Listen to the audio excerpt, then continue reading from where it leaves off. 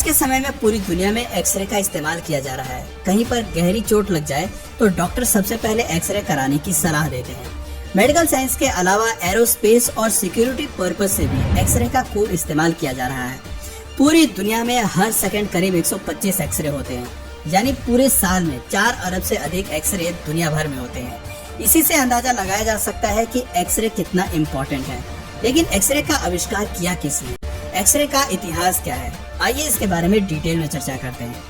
19वीं सेंचुरी के दौरान फिजिक्स और केमिस्ट्री के क्षेत्र में कई क्रांतिकारी आविष्कार हुए थे। इन आविष्कारों ने साइंस को एक नई गति प्रदान की थी। 19वीं सेंचुरी के अंतिम दशक में एक्सरे का आविष्कार गलती से हुआ था और ये एक ऐसा इन्वेंशन था जिसका यूज आविष्कार के तुरंत बाद करना ही शुरू कर दिया गया था। एक्सरे के आविष्कार का श्रेय विल्हेम कोनार्ड रॉन्टगेन को दिया जाता है। उन्होंने किस तरह एक्सरे का आविष्कार किया, उससे पहले उनके बारे में आइए कुछ बातें जान लेते हैं। 27 मार्च 1845 को रॉन्टगेन का जन्म जर्मनी में हुआ था। उनके पिता एक किसान थे और माँ घर की जिम्मेदारी संभालती थी। जब रॉन्टगेन 3 साल के थे तो उनका परिवार नीदरलैंड से हॉलैंड शहर में शिफ्ट हो गया। इसी शहर में रॉन्टगेन ने अपने स्कूल की पढ़ाई पूरी की। स्कूल के दिनों में रॉन्टगेन एक एवरेज स्टूडेंट हुआ करते थे। बहुत तेज या फिर होशियार किस्म के स्टूडेंट वो नहीं थे। यहाँ तक कि एक बार तो उन्हें स्कूल से भी निकाल दिया गया था, जबकि उनकी कोई गलती भी नहीं थी। हायर एजुकेशन के लिए रॉन्टगेन ने स्विट्जरलैंड का रुख किया और फिर बतौर प्रोफेसर अपने करियर की शुरुआत की। वो वुल्सबर्ग यूनिवर्सिटी में फिजिक्स के प्रोफेसर भी बन गए थे। रॉन्टगेन को तरह तरह का एक्सपेरिमेंट करने का काफी शौक था। जब भी उन्हें टाइम मिलता वो लेबोरेटरी में कुछ न कुछ करते ही रहते थे। साल 1895 में वो कैथोड ट्यूब रेस बनाने के लिए रिसर्च कर रहे थे। इस रिसर्च के दौरान एक दिन उन्होंने कमरे में अंधेरा किया हुआ था। अचानक उन्होंने देखा कि एक स्क्रीन पर कोई लाइट चमक रही है। लाइट को चमकता देख वो बहुत हैरान हुए। उन्हें समझ नहीं आ रहा था कि ये लाइट कहाँ से आ रही है। असल में रॉन्टगेन जो एक्सपेरिमेंट कर रहे थे उसमें उन्होंने क्रूक्स ट्यूब्स का इस्तेमाल किया था, जो वैक्यूम सील्ड ग्लास ट्यूब्स होती हैं। इन ट्यूब्स के अंदर से इलेक्ट्रिसिटी पास करने पर इनका कलर चेंज होता है। इसे आप एक तरह का कांच का बल्ब भी कह सकते हैं, जिसके अंदर पॉजिटिव और नेगेटिव इलेक्ट्रोड लगे होते हैं। जब रॉन्टगेन ने बल्ब ऑन किया तो ट्यूब से फ्लोरोसेंट किरणें निकल रही थी। इस लाइट को कवर करने के लिए रॉन्टगेन ने इसके ऊपर एक कार्डबोर्ड रखा हुआ था। लेकिन उन्होंने देखा कि स्क्रीन पर जो लाइट चमक रही है वो क्रूक्स ट्यूब्स में से आ रही है और ऊपर लगे कार्डबोर्ड से वो लाइट पास हो रही है। रॉन्टगेन को समझ नहीं आया कि वो किस तरह की लाइट्स हैं। उन्होंने इन रेज को एक्सरे का नाम दे दिया। जैसे आमतौर पर जब हमें किसी का नाम नहीं पता होता तो हम XYZ का यूज कर लेते हैं। इसी तरह रॉन्टगेन ने भी अपनी रेज को एक्सरे का नाम दे दिया। 8 नवंबर 1895 के दिन पहली बार उन्होंने इस तरह गलती से एक्सरे का आविष्कार किया। इसके बाद रॉन्टगेन ने कार्डबोर्ड की बजाय अपने हाथ को इन रेज के सामने रखा। उन्होंने देखा कि वो लाइट उनकी स्किन तो पार कर रही है, लेकिन हड्डियां पार नहीं कर पा रही, जिस कारण स्क्रीन पर उनकी हड्डियों की इमेज नजर आ रही थी।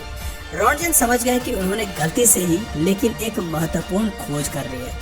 दुनिया को इस बारे में बताने में उन्होंने कोई दिलचस्पी नहीं की। वो पहले अच्छी तरह से आश्वस्त हो जाना चाहते थे। रॉन्टगेन ने कई दिनों तक लेबोरेटरी में रिसर्च जारी रखी। कई मेटल्स, मटेरियल्स और रबर से उन्होंने एक्सरे को पार कराने की कोशिश की और उन्हें सफलता भी मिलती रही। 22 दिसंबर 1895 के दिन रॉन्टगेन ने अपनी पत्नी को लेबोरेटरी में बुलाया और उनके हाथ का एक्सरे किया।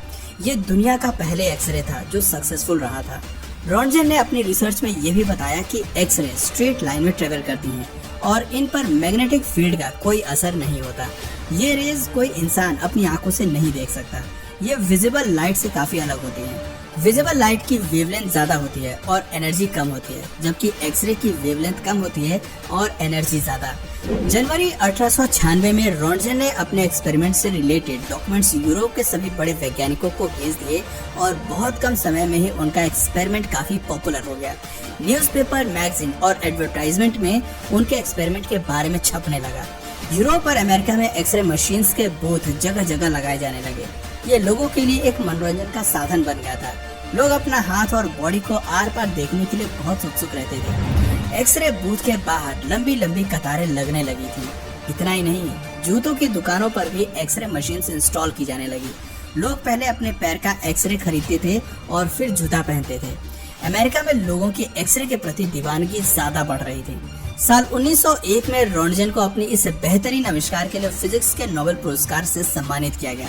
रॉन्टगेन न सिर्फ एक महान साइंटिस्ट थे, बल्कि वो काफी दयालु और उदार किस्म के व्यक्ति भी थे। उन्होंने एक्सरे मशीन का पेटेंट कराने से साफ इनकार कर दिया था। उन्होंने कहा था कि मेडिकल साइंस या अन्य फील्ड के लोग खुलकर उनकी इस मशीन का इस्तेमाल कर सकते हैं। नोबेल पुरस्कार के लिए मिलने वाली प्राइज मनी भी उन्होंने अपनी यूनिवर्सिटी को डोनेट कर दी थी। कुछ ही समय में वॉर में भी एक्सरे मशीन का यूज होने लगा। सैनिकों को लगने वाली गोली निकालने के लिए पहले उनकी बॉडी का एक्सरे किया जाने लगा। पथरी और फ्रैक्चर जैसी समस्याओं में भी एक्सरे एक वरदान साबित हो रहा था। इसके अलावा महिलाएं हेयर रिमूवल के लिए एक्सरे मशीन का इस्तेमाल धड़ल्ले से करने लगी, लेकिन एक्सरे का इस्तेमाल धीरे धीरे कम होने लगा। असल में इसके इस्तेमाल से लोगों को बाल गिरने की शिकायत होने लगी। कुछ लोगों ने स्किन लाल होने की शिकायत की तो कुछ लोगों की चेतना शून्य हो जाती थी। सिर और बदन में दर्द और संक्रमण जैसी समस्याएं भी एक्सरे के बाद देखी जाने लगी। साल 1903 में क्लैरेंस डेली की तो स्किन कैंसर से मौत भी हो गई थी। वो एक्सरे के पार्ट्स का निर्माण करते थे। जब एक्सरे पर और रिसर्च की गई तो पता चला कि इनकी रेडिएशन से लोगों की हेल्थ इफेक्ट हो रही है। इसी के बाद लोगों ने एक्सरे का मौज मस्ती के तौर पर इस्तेमाल करना बंद कर दिया।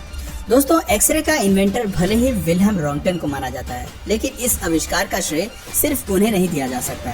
उनसे पहले फिलिप लेनार्ड ने एक्सरे की मदद से कुछ चीजों के आर पार देखा था, लेकिन इसकी डीप रिसर्च करने में वो सफल नहीं हो पाए थे। रॉन्टन ने अपने इन्वेंशन में अलग अलग वैज्ञानिकों के इन्वेंशंस को यूज किया था। साल 1850 में माइकल फैराडे ने बिजली की मशीन बनाई थी। 1851 में हेनरिक डेनियल रॉमकॉफ ने इंडक्शन कॉइल का आविष्कार किया था और 1865 में H.J.P. स्प्रेंगल ने मरकरी एयर पंप बनाया था। साल 1880 में क्रूक्स ने क्रूक्स ट्यूब्स का आविष्कार किया था। इन सभी इन्वेंशन की मदद से ही रॉन्टजन एक्सरे का आविष्कार करने में सफल हो पाए थे।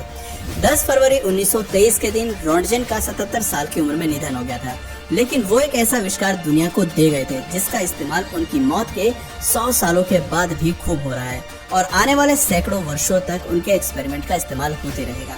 आज न सिर्फ मेडिकल साइंस में बल्कि सिक्योरिटी पर्सपेक्टिव से भी एक्सरे का इस्तेमाल किया जा रहा है। इतना ही नहीं, स्पेस साइंस और स्टार्स की रिसर्च में भी एक्सरे का इस्तेमाल हो रहा है। एक्सरे की मदद से ही हम कई तारों का टेम्परेचर माप पाए हैं जो लाखों डिग्री सेल्सियस होता है। करीब $1200 की एक्सरे मशीन हर साल बेची जाती है। भारत में नासा द्वारा साल 1999 में चंद्रा एक्सरे लेबोरेटरी ओपन हुई थी, जो सुपरनोवा, आकाशगंगा, मिल्की वे, गैलेक्सी और ब्रह्मांड से जुड़ी हुई महत्वपूर्ण खोज अब तक कर चुकी है। आने वाले समय में एक्सरे का इस्तेमाल और भी कई फील्ड्स में देखने को मिल सकता है। तो दोस्तों, उम्मीद करता हूँ आपकी हमारी आज की वीडियो पसंद आई होगी। क्या कभी आपने अपनी बॉडी का एक्सरे कराया है? अगर हाँ, तो अपना एक्सपीरियंस हमारे साथ जरूर शेयर करें। और अगर इस वीडियो से आपको कुछ नया जानने या सीखने को मिला या फिर इंटरेस्टिंग लगा तो प्लीज इस वीडियो को एक लाइक करके अपने फ्रेंड्स और फैमिली में से जरूर शेयर करें।